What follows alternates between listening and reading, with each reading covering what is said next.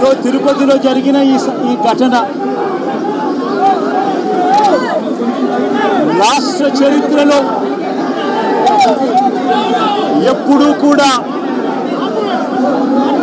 తిరుపతిలో ఇలా స్టాంపేడ్ అయి ఇలా తొక్కిసలాటై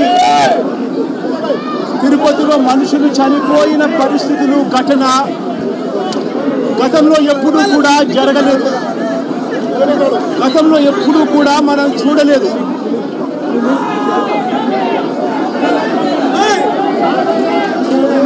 ఈరోజు ఇలాంటి పరిస్థితులకు దారి తీసిన దానికి కారణాలు ఏమిటి అని చెప్పి అందరము కూడా ఆలోచన చేయాల్సిన అవసరం ఉంది. ఎందుకు ఈ ఘటన జరిగింది, ఈ ఘటనకు గల కారణాలు ఏమిటి అని చెప్పి నిజంగా ఆశ్చర్యం కలిగించే విషయాలు బయటకు వస్తాయి. వైకుంఠ ఏకాదశి అని చెప్పి ప్రతి సంవత్సరం మనం జరుపుకుంటాం. ప్రతి సంవత్సరము వైకుంఠ ఏకాదశి నాడున ఆ రోజుల్లో కొన్ని లక్షల మంది వెంకటేశ్వర స్వామి దర్శనానికి వస్తారని, ఆ రోజు వైకుంఠ ద్వారం తెరుస్తారు అని అందరికీ కూడా తెలుసు. వైకుంఠ ద్వారం తెరవడం అన్నది మహాపుణ్యాన్ని ఇస్తుందని, ఆ పుణ్యం కోసం లక్షల మంది జనాలు ఆ రోజున వస్తారు తిరుపతికి అని అందరికీ తెలిసిన విషయం. నేను ఒకటే అడుగుతా ఉన్నా, 10వ తారీఖున వైకుంఠ ఏకాదశి అని అందరికీ తెలుసు. లక్షల మంది జనాభా ఇక్కడికి వస్తారు అన్న సంగతి అందరికీ తెలుసు. మరి లక్షల మంది జనాభా వస్తారు అని అందరికీ తెలిసి ఉన్నా కూడా ఎందుకు తిరుమల తిరుపతి దేవస్థానంలో టికెట్లు ఇచ్చే కౌంటర్ల దగ్గర ఎందుకు మీరు సెక్యూరిటీ అరేంజ్మెంట్స్, ప్రోటోకాల్స్ పాటించలేదు అని అడుగుతా ఉన్నాం.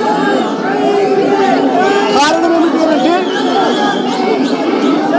ఇక్కడ ఉన్న టీటీడీ అధికారుల దగ్గర నుంచి, టీటీడీ చైర్మన్ దగ్గర నుంచి, ఎస్పీ దగ్గర నుంచి, కలెక్టర్ దగ్గర వరకు అందరూ కూడా దీంట్లో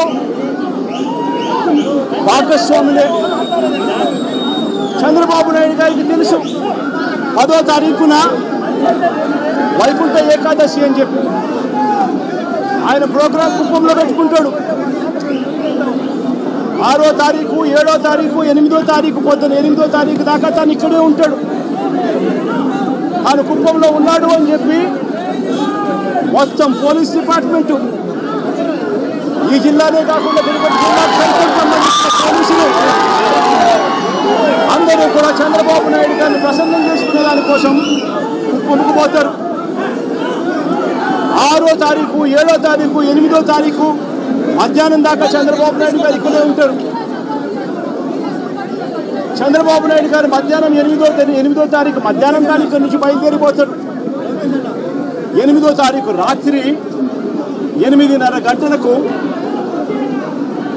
టికెట్లు ఇచ్చే కార్యక్రమం జరిగేటప్పుడు ఈ ఘటన జరుగుతుంది.